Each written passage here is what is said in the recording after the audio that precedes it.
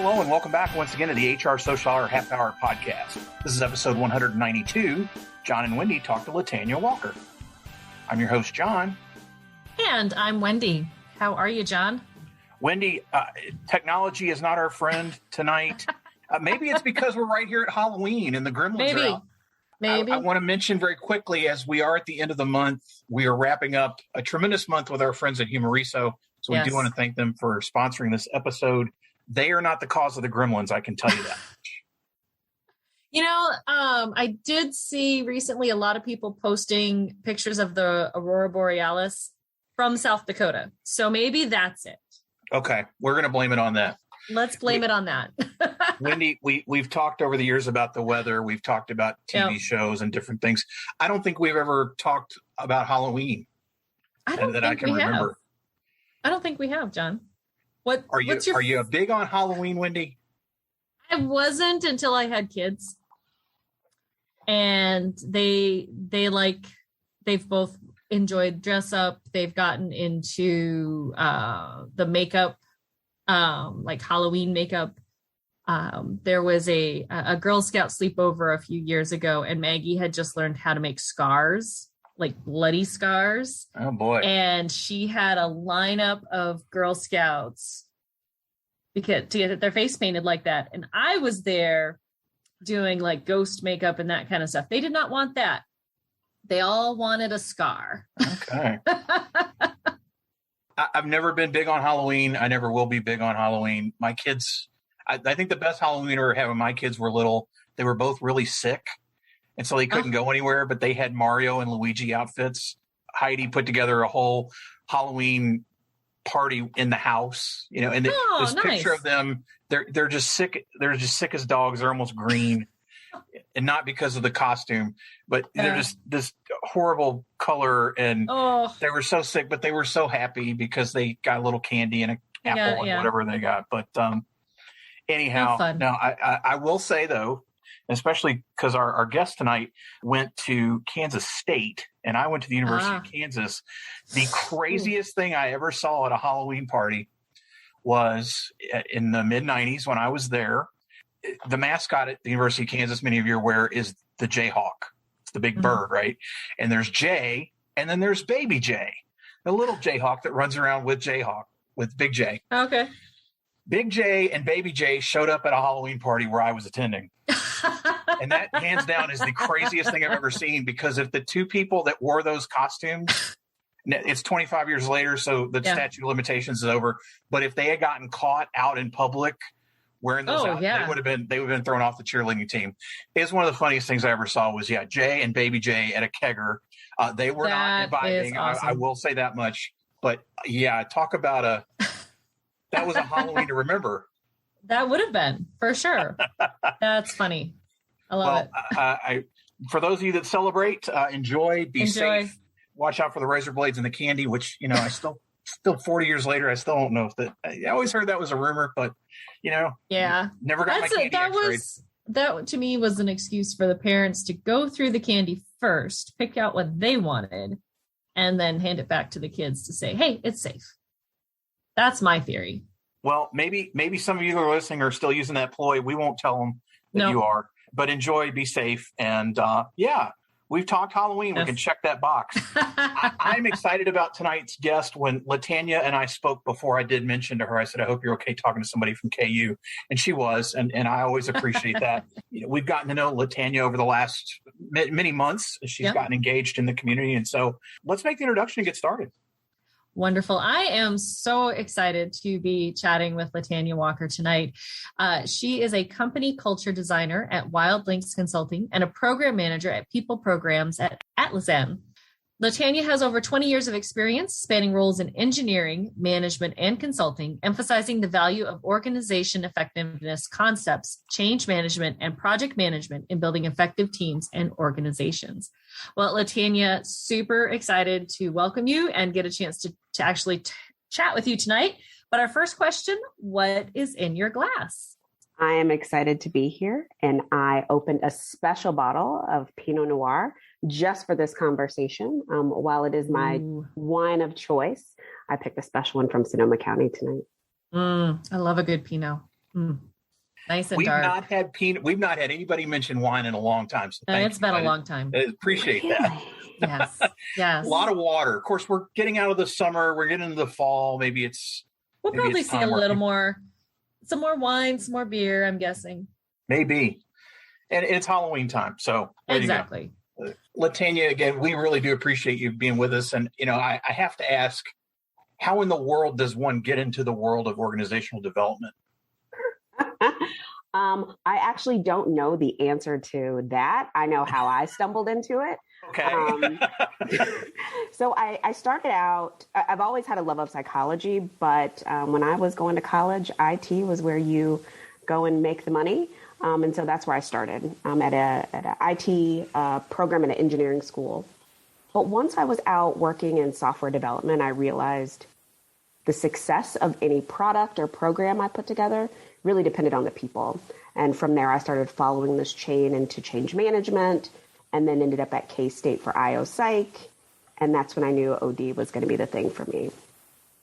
That's interesting because OD is such an interesting realm, which a lot of people seem to define it differently because I've worked with a lot of different folks. So when someone asks you, what is organizational development? What do you tell them?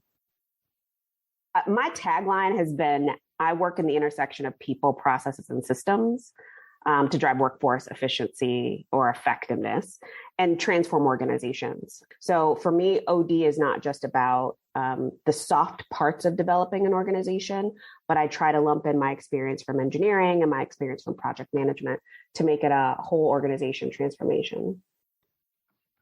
LaTanya, you write a lot about corporate culture.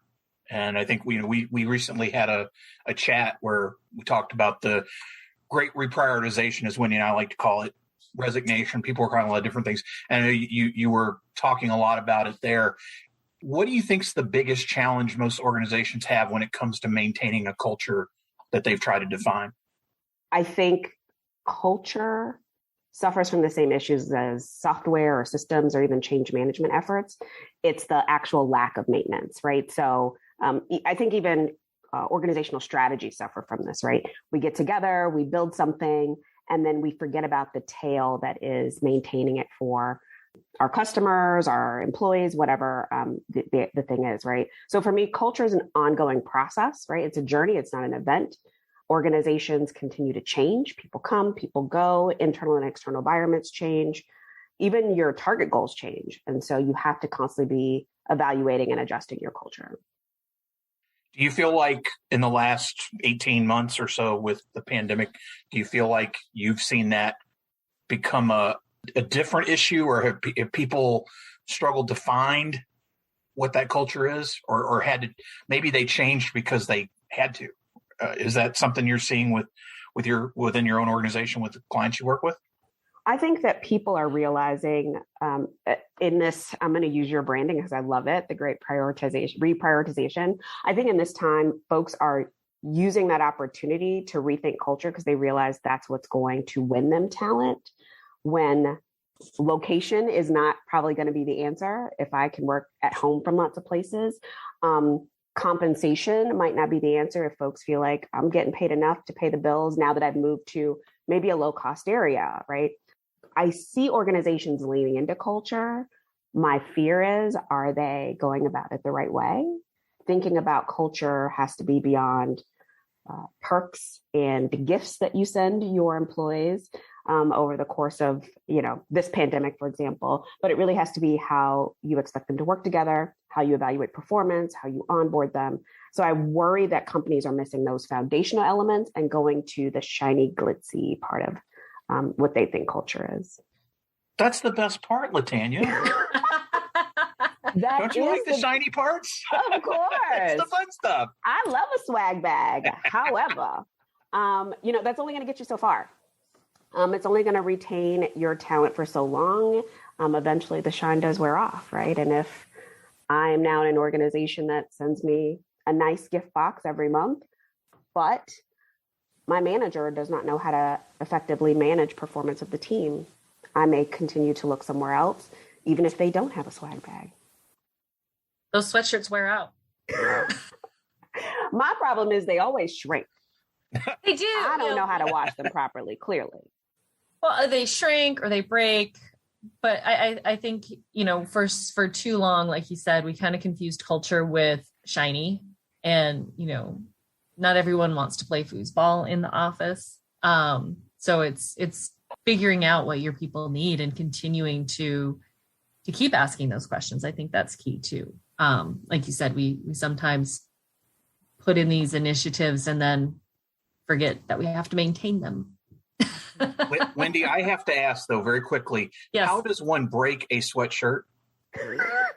You know what? Well, when you're working at home and maybe you're not working out like you used to, and the shirt doesn't quite fit anymore, or maybe you just wear it out. You just wear it all the time, and it's so comfy that you've worn it out. That's right. Stuck zippers on a hoodie, yeah, and the string comes out of the hood. I lose the string all the time. I Lots of ways to break a sweatshirt. One of my very favorite. I'll give Lori Rudeman a shout out because her hoodie is very, very comfortable, but that string did not last through one wash. It was gone. Like matching socks. You never know if they'll come back out the other side. I think that's why kids don't match their socks anymore. They find two and wear them. My kids, I don't think they've ever worn a matching pair. Well, that's a nice little segue there. Well, Tanya, we're coming into 2022. I can't believe we're saying that. This year was weird. So we're still in the middle of, the pandemic. We've all got all sorts of things happening yet. So what do you believe is going to be the biggest issue HR and OD will face in the coming year? And what can we do to prepare? Thought long and hard about this one today. I think organizations right now are investing in attracting and retaining talent, like we were just mentioning, right? And while that's necessary, it's still a narrow focus to get businesses moving forward. I suspect that with structure and policy changes related to talent, compensation, work location, organizations need to make sure they're looking at performance management and leadership development. And when I say leadership, I don't just mean like senior leadership or the executive suite, right? It's got to be those middle managers and those frontline managers. So they have the support and guidance that they need on how to give feedback. Some of them maybe even how to receive it, how to execute proper performance management. As I think about remote work, influencing and relationship building, right? That's needs to be a very different skill now than it was when maybe everyone was in the office and we were all flying to client locations. And then last, I think conflict and decision-making. Again, remote or hybrid work, you're a little bit more isolated.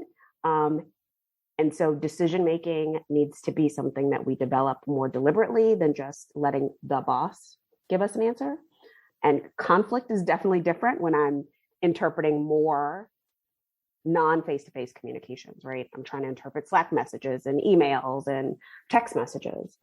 I think that is going to create a little bit more conflict in the workplace, and being able to manage that effectively is going to be important as well.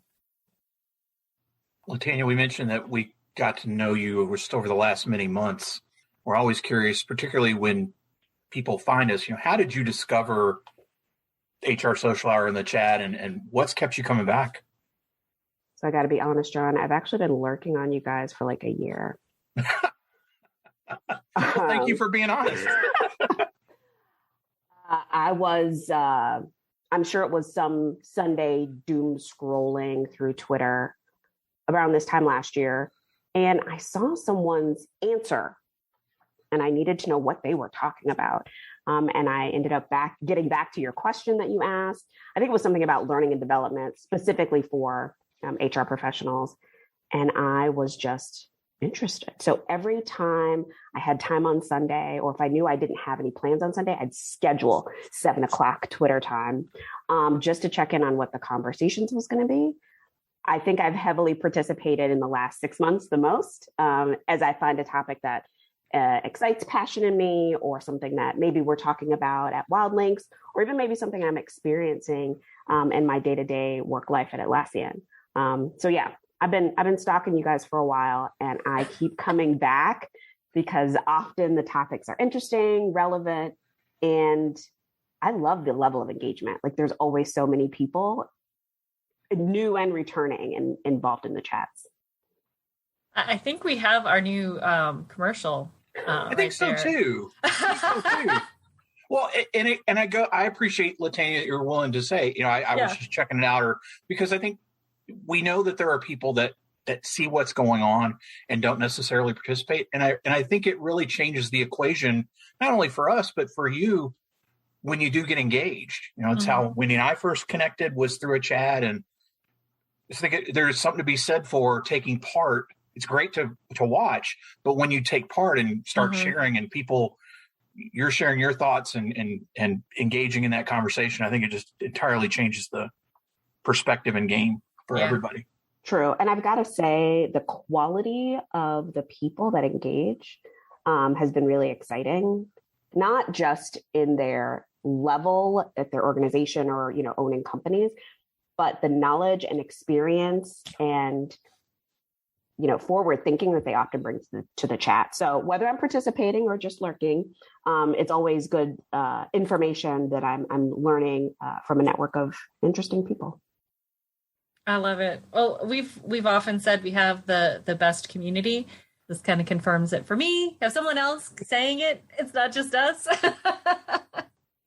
Well, LaTanya, we also go out to our community, people who are on the podcast, and ask them for questions. We do some crowdsourcing. So former guest John Baldino asks, how has the ideal candidate experience changed in the last 18 months? I think the ideal candidate experience has gotten faster in the last 18 months. I think the days of excessively long applications and days-long interview panels and team meet and greets and all that are starting to wane as candidates have so many options in front of them. They're not kind of limited either by region, or even for some people, they're no longer just limited by an industry that they were close to. I think about us in Northern Virginia, where it was like, you're in government contracting or something supporting government contracting. Now you can work for almost any company, almost anywhere, and in many cases, specifically in the IT space that I'm in. So yeah, companies need to move faster, just focus on those performance criteria for the role and a values alignment with the candidate, and then you got to move. With that, we're going to take a quick break, and we'll be right back. This episode of the HR Social Hour Half Hour podcast is brought to you by Humoriso. Humoriso is an award-winning HR firm based in southern New Jersey and is a trusted provider of consultative human resources and personnel management services. Their resource specialists handle the areas of administration, compliance, training, recruitment, HR technology, strategy, and organizational development. With advanced degrees and accreditation from the Society for Human Resources Management and the Human Resources Certification Institute, each associate possesses a strong knowledge base as well as a value for learning for which Humoriso is known. Humoriso will assess your business's employee relations philosophy and current strategies in order to better develop management communications and thereby design HR administration solutions best suited to fit your company's unique needs. To learn more about Humoriso and their team, visit humoriso.com. Thanks again to Humoriso for sponsoring the HR Social Hour Half Hour podcast. And now, back to the show. And we are back. LaTanya, this is everyone's favorite part of our show, the half-hour question connection. Our first question, because we know not many of us dreamed of going into HR or OD when we were small children.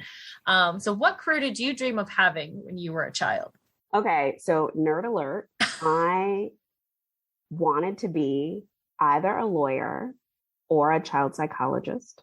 This was confirmed when my mother found a piece of paper. She think I was maybe 7 or 8 when I wrote this down. And apparently I was very specific, like I'm going to be a lawyer and only have a boyfriend, or I'm going to be a psychologist and I'm going to have a husband. Wow. That is very specific. Yeah, very specific. And up until I got to college, I was pursuing psychology. And like I said, the IT bug hit me. But now I'm in a great position to marry the psychology and the IT to do some great OD work. I'm wondering what your your child brain was doing to say, if I'm a lawyer, I'm only having a boyfriend. Wendy, the list included the cities I would live in, the kind of place we would live, whether it was a house or an apartment. Like, oh my gosh. I don't know what 7 or 8-year-old me was doing, but it clearly was not making friends. I love it. Who's one person you've gained your network in the last year you think more people should know? I feel like this networking thing is going to continue coming up. Dr. Juliette Aiken, holds a PhD in IO Psych. She doesn't know she's in my network, but I discovered her, I want to say 18 months ago, just before all this pandemic stuff, through what she was calling the IO Coffee House. And I now follow her on every platform and consume everything she puts out. And someday maybe I'll get up the nerve to ask her for a mentorship. I hope you do. I hope I do too. But sometimes those informal mentorships are kind of cool too. You'll get there. You'll do it. You'll do it. LaTanya, how do you maintain balance? I really just check in with myself, my mind, my body, and give it what it needs. That could be a nap. That could be a walk. That could be a whole vacation. And more importantly, like not being shamed by those needs, being clear that there's nothing wrong with a Wednesday midday nap or a Thursday glass of wine, or even a therapy appointment, if that's what it takes to give my mind or my body what it's telling me it needs. How do you enjoy giving back to the OD community or community at large?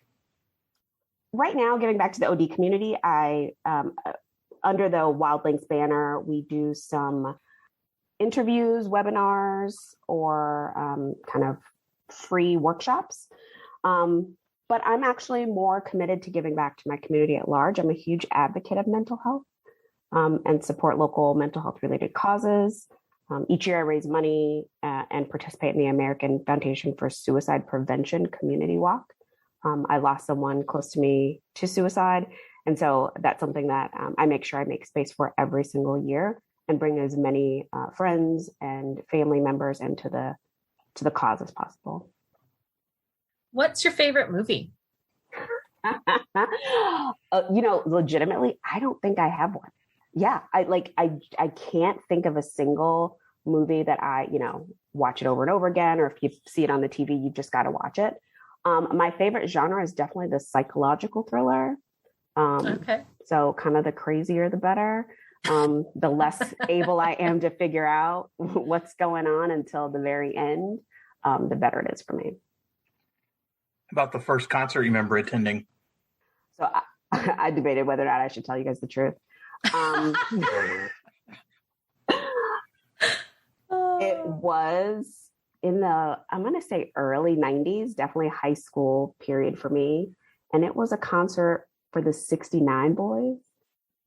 A rap group. And their song of the period was the Tootsie Roll. It had its own dance. Yeah, yes. Wendy got me. Now I remember. I remember the Tootsie Roll. So yeah. We won't talk about it, but yeah, I remember it. Wow, that takes me back. What was the last show you binge watched? Last week I got through all of Netflix Midnight Mass. Oh, have you seen it? I have not. So good. Oh my goodness. Put it on the list. Yeah. I feel like I can't share any tidbit or it will literally give it away. But a small isolated community, like a fishing community on a small island, gets into some shenanigans with some supernatural things. Oh. Yeah.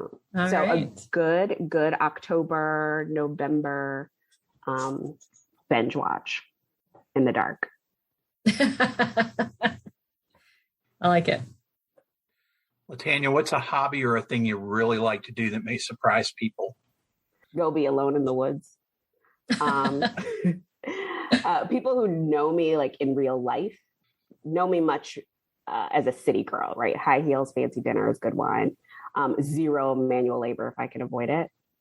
But sometimes I like to just go out where there are no people and sit quietly and just be, thinking back to that balance, right? Reflecting on myself or how things are going so I can make the appropriate adjustments. Personally, I do not believe in camping. So I bought a cabin in the woods in West Virginia a couple of years ago. I didn't even bother to install a TV, no clocks. I just go there, look at the trees, and be quiet. Nice. Like it. All right, LaTanya, as I said earlier, we are outsourcing some of our work here. So if you could ask the next guest of the podcast any question, what would it be? May I make a Diva request and ask if this can be a 2-part question? Absolutely. Nobody's ever asked that. Why not? I think I would want to ask a future guest, what's the most interesting or insightful study that they've read? And what outcomes or implications from that study did they apply to their work? So at Wild Links, a lot of our blogs are backed by research. And so I'm always looking for new and interesting studies to read. So I would be very curious to hear some answers to that question. It's a good one. Well, LaTanya, it is now in the book, so it will be asked very soon. I can't thank you enough for making time to talk OD, to talk about stalking us for a year, and, and really giving us a great infomercial for the chat. Yes. Being part of the community and having this conversation is so much fun. I'm starting to wonder, though, where the cabin in the woods fit into your 8-year-old plan. Or did it? Because you sound like you had other stuff. So maybe that's come with age and experience. We're really glad that you're part of what we're doing and having the conversations with us. I know some of the listeners are probably not connected with you, but now that they've heard you, they're going to want to get connected. Best way for them to reach you out there.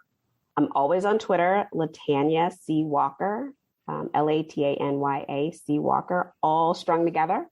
And you can also find me on LinkedIn. The pictures are very similar. So if you find me in one place, you'll recognize me in the other. We will have those both in the show notes. And then Wendy, how about you? Best way for listeners to find you out there? Best way is on my blog, mydailyjourney.com. And of course, the second and fourth Sunday of each month, you will find me on Twitter at 7 p.m. Eastern time as part of our twice monthly Twitter chat. How about you, John?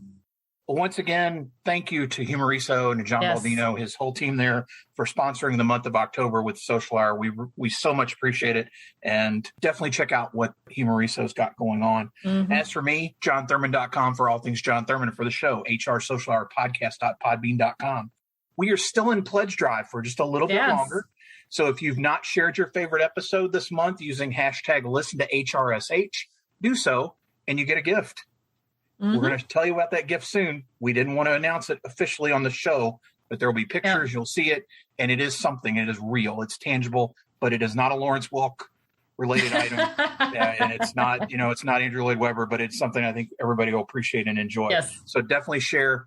International listeners, that includes you. I can send these things all over the planet. We saw Mandy Johnson from the future share her stickers.